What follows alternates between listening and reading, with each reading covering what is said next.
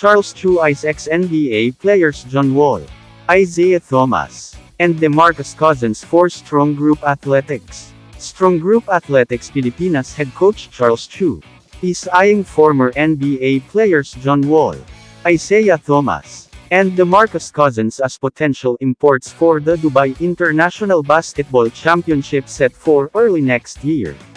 In an interview with Bilyonaryo News channel The Scorecard, Chu revealed that initial talks are underway with the three players, though no agreements have been finalized yet.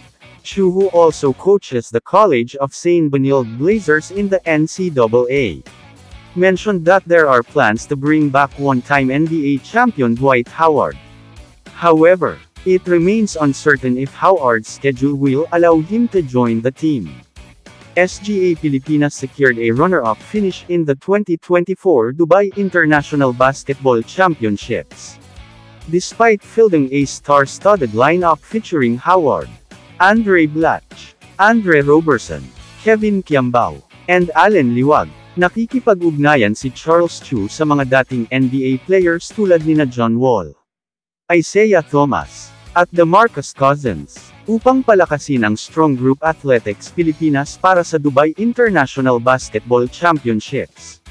May mga isyu sa schedule at pagtanggi nina Goran Dragic, Derrick Rose, at Joe Johnson na sumali.